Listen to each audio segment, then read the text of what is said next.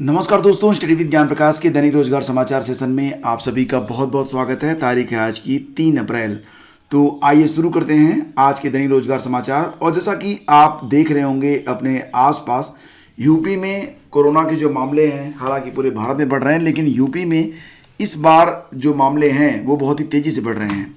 तो इसको देखते हुए जो स्कूल थे कक्षा 8 तक के, जो कि पहले 4 अप्रैल तक यानी कल तक बंद थे, उनकी जो डेट बढ़ा दी गई है। ये स्कूल अब 11 अप्रैल तक बंद रहेंगे। और यूपी में एक दिन में सर्वाधिक 16 लोगों की मौत हुई है। दूसरी लहर में सबसे ज़्यादा है ये। तो यहाँ पर जो मुख्यमंत्री के अन्य निर्देश हैं उसके अंतर्गत टेस्टिंग, ट्रैकिंग और ट्रीटमेंट की प्रभावी व्यवस्था हो। होम आइसोलेशन में जो लोग रखे गए हैं उनकी मॉनिटरिंग की जाए और निगरानी समितियों को सक्रिय कर सर्विलांस सिस्टम को प्रभावी बनाएं और टीकाकरण की गति बढ़े।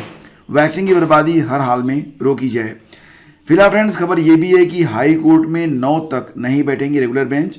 तो कोरोना के बढ़ते मामलों के कारण इलाहाबाद हाई कोर्ट और लखनऊ खंडपीठ में अगले सप्ताह यानी 5 से 9 अप्रैल तक रेगुलर बेंच नहीं बैठेगी और इस दौरान केवल जरूरी मामलों की सुनवाई के लिए विशेष बेंच बैठेगी। चीफ जस्टिस गोविंद माथुर ने यह आदेश हाई कोर्ट के न्यायाधीशों की एडमिनिस्ट्रेटिव कमेटी के विचार करने के बाद लिया है। चीफ जस्टिस के आदेश के अनुसार प्रयागराज और लखनऊ में कोरोना के बढ़ते केसों को देखते हुए न्यायिक कार्य सामान्य रूप से करने के संदर्भ में एडमिनिस्ट्रेटिव कमेटी के साथ टेलीफोनिक मीटिंग में तय किया गया कि 5 से 9 अप्रैल तक रेगुलर बेंच नहीं बैठेगी। उधर हाई कोर्ट बार के महासचिव प्रभाशंकर मिश्र ने चीफ जस्टिस को पत्र भेजकर कोर्ट व गाउन की अनिवार्यता स्थगित रखने का आग्रह किया है। फिलहाल खबर ये भी है कि मास्क न लगाने वालों पर कार्रवाई होगी। मुख्यमंत्री ने कहा है कि सार्वजनिक स्थलों पर यदि लोग मास्क न लगाएं तो उनके खिलाफ कार्रवाई की जाए। पूरे राज्य में कोविड अस्पतालों की बहाली की स्थिति की रिपोर्ट भी तलब की गई है। L2 और L3 कोविड अस्पतालों की संख्या बढ़ाई जानी चाहिए। त्योहारों और पंचायत चुनाव के मद्देनजर बाहर के राज्यों के लोग भी वापस उत्तर प्रदेश आ रहे हैं, तो ऐसे में गाँव में संक्रमण रोकने के भी सभी कदम उठाए जाने चाहिए। तो फिलहाल फ्रेंड्स, 11 अप्रैल तक कक्षा 8 तक के सभी सरकारी और निजी स्कूलों को बंद करने का निर्देश जारी कर दिया गया है। और इसी के साथ एडेड जूनियर हाई स्कूल के 1894 पदों पर जो भर्ती का मामला है, जो कि परीक्षा होनी है 18 अप्रैल को। तो जैसा कि आप जान रहे हैं कि इस समय उत्तर प्रदेश में जो चुनाव है वो भी चल रहे हैं, लेकिन जो चुनाव के अलग अलग चरण हैं उसको देखते हुए लग रहा था कि परीक्षा हो जाएगी। बस एक मामला यहाँ पर ये फंस रहा है कि बहुत सारे इसमें अभ्यर्थी ऐसे भी हैं जो कि चुनाव ड्यूटी में भी हैं, मतलब वो गवर्नमेंट एम्प्लॉई हैं, तो उनकी परीक्षा छूटने का डर है। जैसा कि आप जानते हैं 15 के बाद फिर अगली जो चुनाव डेट है वो 19 को है और यहाँ पर जो परीक्षा है वो 18 अप्रैल को करवाई जानी है। तो क्योंकि 18 अप्रैल को परीक्षा होनी है तो जो लोग जिनकी ड्यूटी लगी है उनको एक दिन पहले पोलिंग बूथ पर पहुंचना होता है। तो उसको देखते हुए यहाँ पर मांग ये की जा रही है कि जो ऐसे मतलब लोग हैं उनको मद्देनजर रखते हुए परीक्षा को स्थगित किया जाना चाहिए। तो प्रदेश के कुल 3049 अशासकीय सहायता प्राप्त जूनियर हाई स्कूल में प्रधानाध्यापक के 390 और सहायक अध्यापकों के 1504 पदों पर भर्ती के लिए 18 अप्रैल को प्रस्तावित लिखित परीक्षा को लेकर हजारों शिक्षक परेशान हैं। इस भर्ती के लिए आवेदन करने वाले हजारों शिक्षकों और अन्य विभागों के कर्मचारियों ने परीक्षा तिथि में संशोधन की मांग की है। समस्या यह है कि इन शिक्षकों की ड्यूटी चुनाव में भी लग गई है और 19 अप्रैल को 16 जिलों में मतदान है।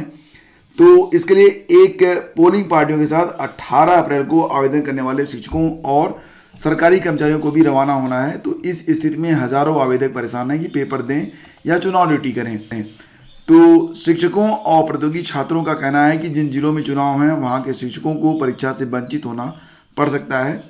68,500 भर्ती में चयनित और एडेड जूनियर भर्ती के लिए आवेदन करने वाले शिक्षक संजीव त्रिपाठी का कहना है कि इस विकट परिस्थिति में परीक्षा नियामक प्राधिकारी सभी आवेदकों के हित में उचित फैसला लें।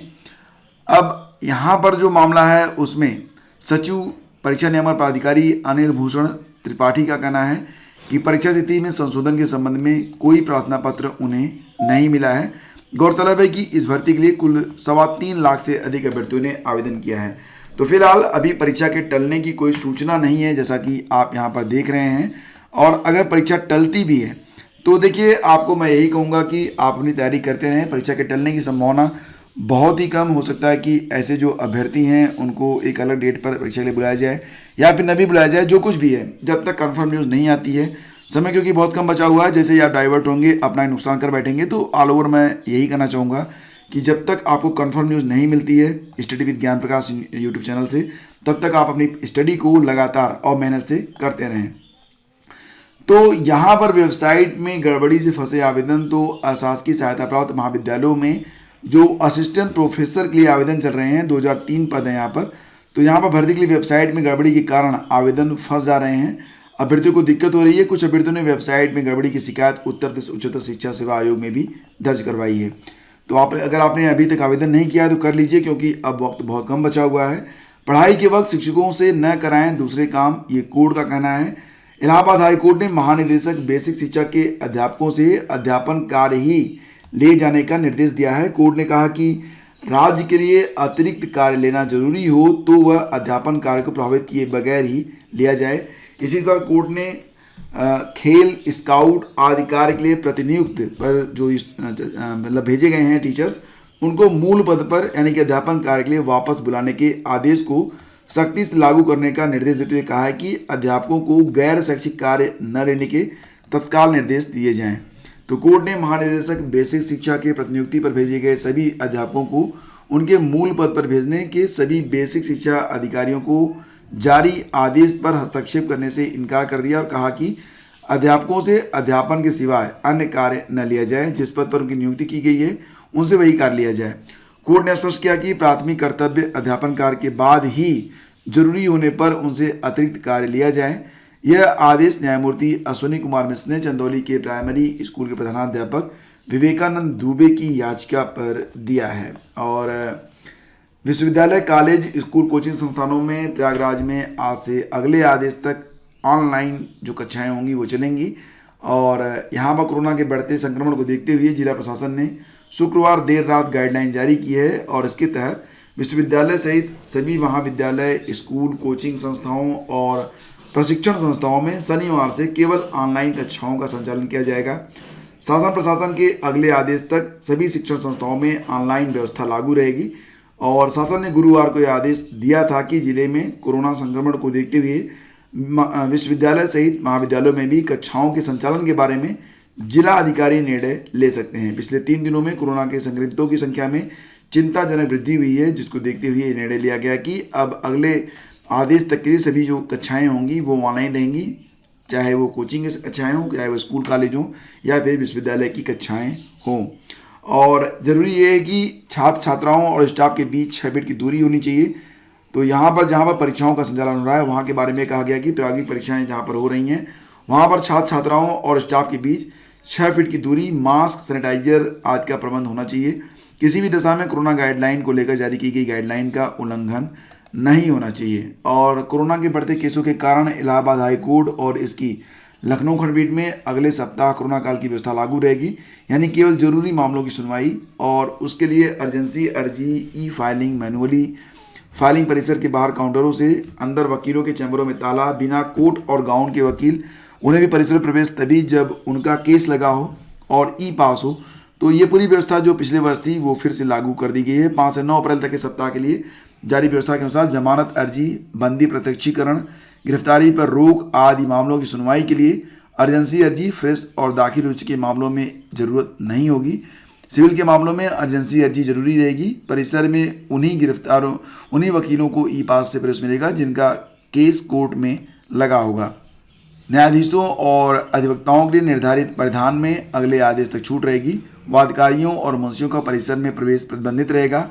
गेट नंबर 1, 6 और 7 बंद रहेंगे। गेट नंबर 2 से न्यायाधीशों का प्रवेश और निकास होगा। गेट नंबर 3 से हाई कोर्ट के कर्मचारियों का प्रवेश। गेट नंबर 3A से ई पास वाले अधिवक्ताओं का प्रवेश रहेगा। तो फ्रेंड्स, ये थी आज की सारी updates. Thank you so much for watching the video. और देखिए, जो परीक्षा है आपकी जूनियर शिक्षक भर्ती परीक्षा, वो 18 अप्रैल को प्रस्तावित है। तो इसको आप 18 अप्रैल ही मान कर चलें। और इसके लिए आपको जो भी प्रैक्टिस सेट और करंट अफेयर का वीडियो उपलब्ध करवाया जा रहा है उसको आप लोग देखते रहें। Have a great day. जय हिंद।